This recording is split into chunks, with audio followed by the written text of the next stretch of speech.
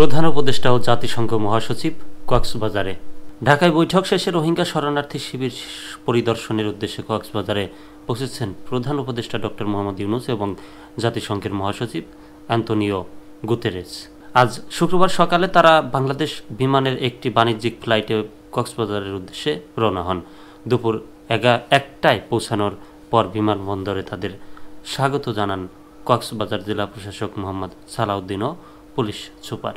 কক্সবাজার জেলা পুলিশের অতিরিক্ত পুলিশ সুপার জসিমউদ্দিন চৌধুরী বলেন, আজ দুপুর 1টায় কক্সবাজার বিমানবন্দরে এসে পৌঁছেছে প্রধান উপদেষ্টা এবং জাতিসংঘের মহাসচিবকে বহনকারী বিমান।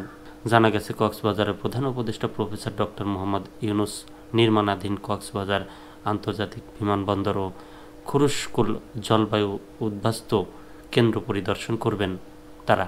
এরপর সরাসরি উখিয়ায় যাবেন। সেখানে তিনি রোহিঙ্গা লার্নিং সেন্টার, রোহিঙ্গাদের সাংস্কৃতিক কেন্দ্র ও পাটজাত পণ্যের উৎপাদন কেন্দ্র পরিদর্শন করবেন।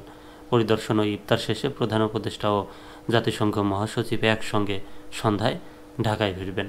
এই যে রোহিঙ্গা, দেখেন রোহিঙ্গা কিন্তু একটা জাতির নাম। আমরা কিন্তু রোহিঙ্গাটা একটা গালি হিসেবে বাংলাদেশের অনেক জায়গায় রোহিঙ্গা একটা গালি হিসেবে ব্যবহার করা হচ্ছে। তো এই জাতিটাকে কিন্তু দেখেন সেই আগের যুগে ফিরিয়ে নেওয়া হয়েছে, কারণ তাদের নিজস্ব বাড়িঘর আছে, তাদের জায়গা আছে, বাপের ভিটা আছে, সেই সব জায়গায় তারা থাকতে পারছে না। তারা এখন আছে অন্য দেশের একটা আবদ্ধ জায়গায়, যেখানে সকল দেশ মিলে তাদের একটা জায়গা আবদ্ধ করে দিয়েছে।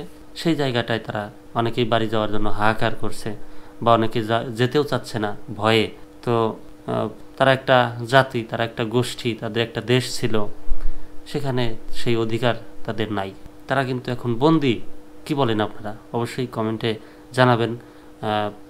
আসলে এমনটা হচ্ছে কিনা তাদের সাথে তাদের অধিকার ছিনিয়ে নেওয়া হয়েছে কিনা।